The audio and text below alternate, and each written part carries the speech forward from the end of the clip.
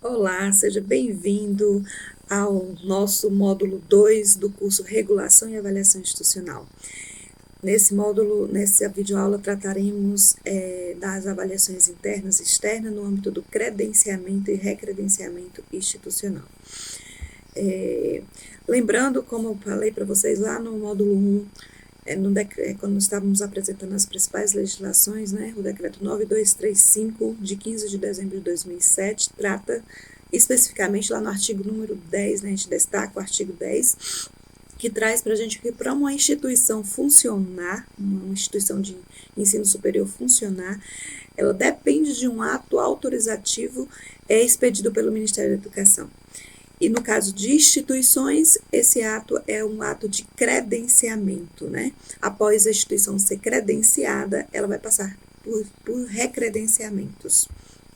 Então, o que é uma avaliação institucional, né? É um instrumento que contém um processo de acompanhamento contínuo das atividades, da implementação de mudanças necessárias e a retomada da missão proposta pela instituição. Então, o arcabouço legal é a Lei 10.861, né, que trata de avaliações externas e de avaliação interna, como já foi dito lá no nosso módulo 1, na videoaula 1, que trata das principais legislações referente à avaliação institucional, né. Então, só relembrando, né, os sinais, ele trata das avaliações internas e externas, considerando que a avaliação externa é o ENAD, a visita in loco, né, que avalia os estudantes, a instituição e os cursos, e também a avaliação interna promovida pela CPA, que avalia a instituição. Então, especificamente falando sobre recredenciamento institucional, vale a pena lembrar que o recredenciamento, ele não é só regulatório, né? Ele também é formativo e ele também é integrativo. É regulatório, sim, porque o resultado da avaliação culmina na permissão ou proibição da oferta do ensino superior daquela instituição. Mas não podemos deixar de falar que ele também é formativo, porque a avaliação ela deve gerar insumos para que as instituições busquem melhorias das suas fragilidades. E ele também é integrativo, né? Porque os processos de avaliação devem constituir um sistema que permite a integração das diversas dimensões da realidade avaliada. Toda avaliação instituída pelo INEP, seja o credenciamento ou recredenciamento, ele determina conceitos, né?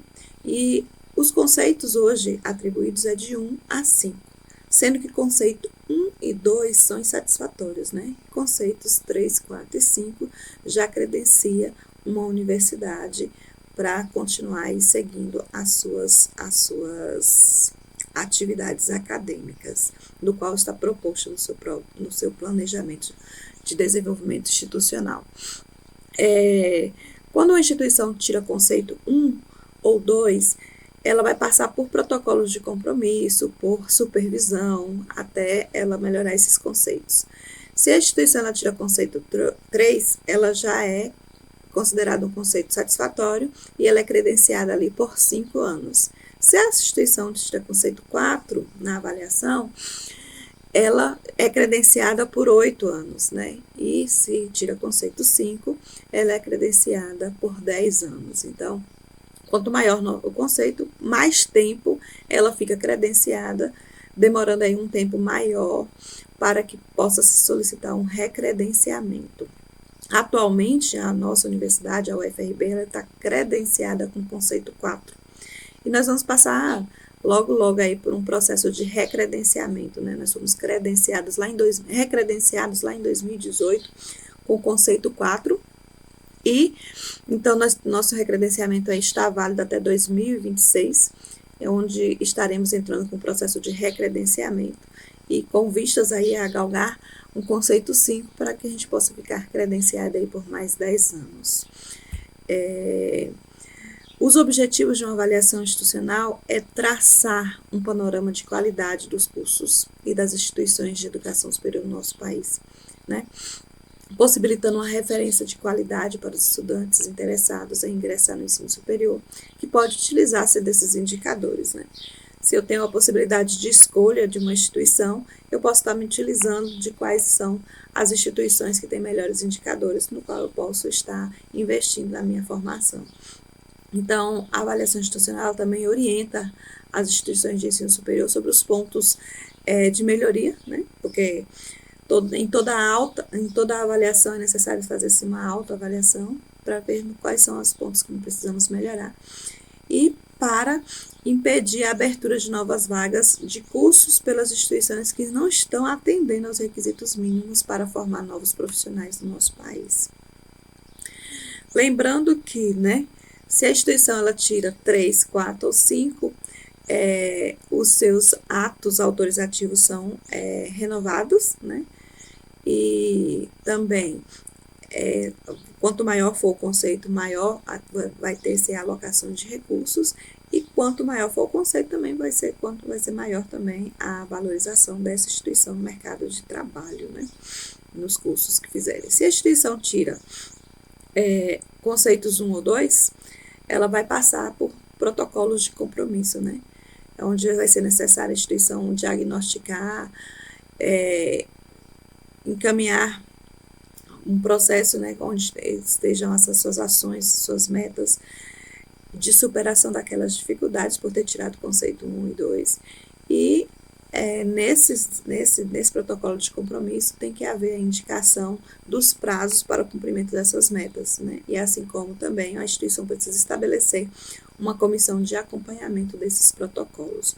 Uma vez não cumprindo esses protocolos de compromisso que são estabelecidos pelas próprias instituições, né, em parceria com os cursos os quais tenha tirado conceitos insatisfatórios, a instituição ela pode perder, né? Ela pode ter suspenso temporariamente a abertura de novos processos seletivos, pode ter até a cassação do funcionamento da instituição ou então da autorização dos cursos, ou então advertência, suspensão ou perda de mandato do dirigente responsável pela ação não executada. Então, existem implicações, caso não se cumpra esses protocolos de compromisso, essas implicações estão percetuadas na Lei dos Sinais, né, que é a Lei 10.861, que apresentei para vocês lá no nosso módulo 1. Por que é importante a avaliação institucional, né? Por que a gente está batendo sempre nessa tecla, trazendo essas formações sobre a avaliação institucional, né? Porque a avaliação institucional, como perceitua lá a Lei 10.861, ela contribui, né, tem como finalidade a melhoria da qualidade da educação superior. Ela orienta a expansão da oferta do ensino, aumenta permanente da sua eficácia institucional e efetividade, e também promove, né, um aprofundamento dos compromissos e responsabilidades sociais da instituição de ensino. Então, lembrando que existem pontos que são avaliados, né, e pontos que são importantes uma vez credenciada para os recredenciamentos, os avaliadores vão querer verificar a evolução institucional daquela instituição, desde o último credenciamento ou desde o último recredenciamento para o próximo, quanto essa instituição evoluiu. É necessário que cada instituição elabore um plano de ações estratégicas, porque todas as instituições, instituições no âmbito do ensino superior, e em outros âmbitos também, elas têm ações estratégicas para atingir os seus objetivos. Então, é necessário que a gestão tenha um plano de ações estratégicas, assim como o plano de desenvolvimento institucional, que é a referência fundamental para a avaliação institucional. Então, o PDI, ele precisa estar atualizado, né? E precisa ter a participação de toda a comunidade acadêmica, inclusive a sociedade civil. Os projetos pedagógicos de curso também são avaliados no processo de recredenciamento. Esses projetos eles precisam estar de acordo com as diretrizes curriculares atuais, para que essa avaliação ela seja bem sucedida dentro da instituição. A infraestrutura geral da universidade também é avaliada, então é necessário olhar para essa infraestrutura, analisar essa infraestrutura, principalmente as infraestruturas para ensino, pesquisa, extensão, a biblioteca também. Lembrando que também é necessário ver os espaços para entendimento de alunos, porque são infraestruturas importantes nesse processo, então é necessário estar cuidando dessa infraestrutura institucional. E também precisa ser muito exato nos formulários eletrônicos de avaliação, como já tinha falado, né? Quando a gente solicita um processo regulatório, quando se abre um processo regulatório junto às séries, nós preenchemos formulários eletrônicos de avaliação, e esses formulários eletrônicos eles precisam ser condizentes com a instituição. Então, ao responder essas questões, nós precisamos ser condizentes com o que nós temos. Então, eu não posso dizer que eu tenho X salas de aulas se eu não tenho todas essas salas de aulas. Então, é necessário que nós precisamos ser o mais claros possíveis, porque tudo que nós estamos escrevendo nesse formulário eletrônico, ele vai ser atestado pelos avaliadores quando estiverem na instituição.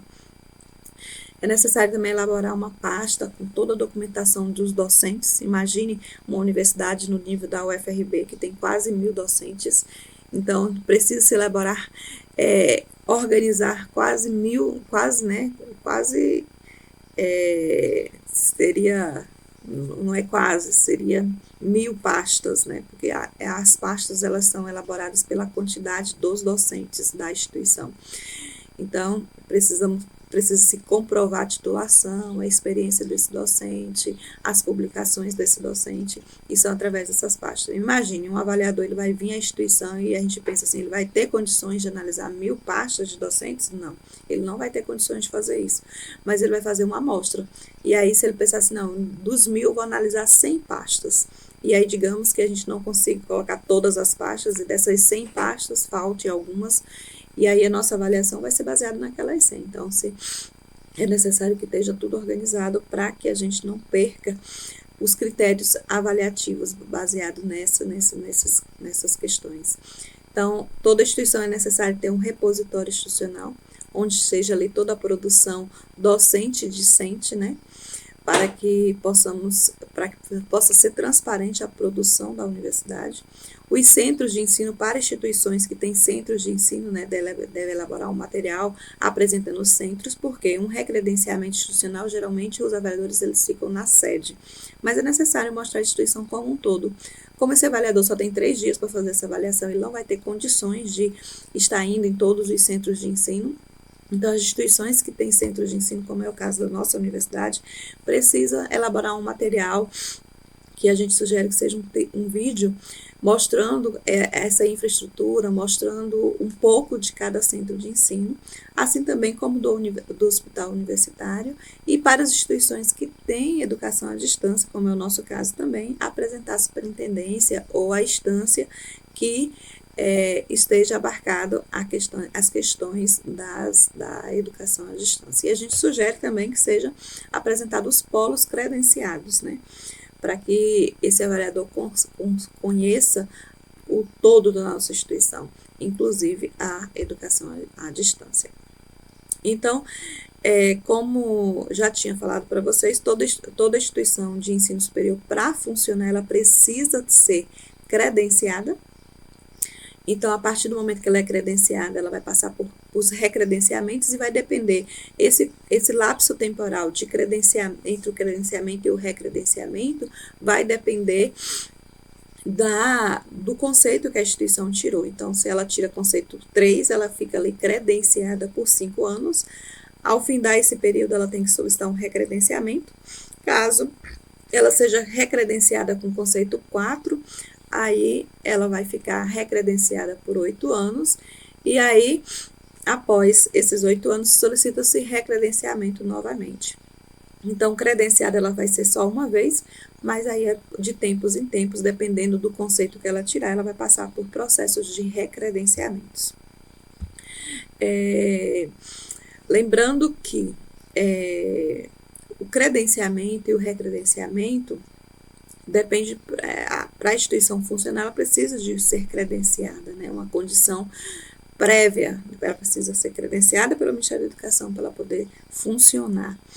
E aí, de tempos em tempos, ela vai atualizando através do recredenciamento. Então, o processo ele será instituído com o cadastro, né, do processo de avaliação, com o pedido de credenciamento ou o pedido de recredenciamento.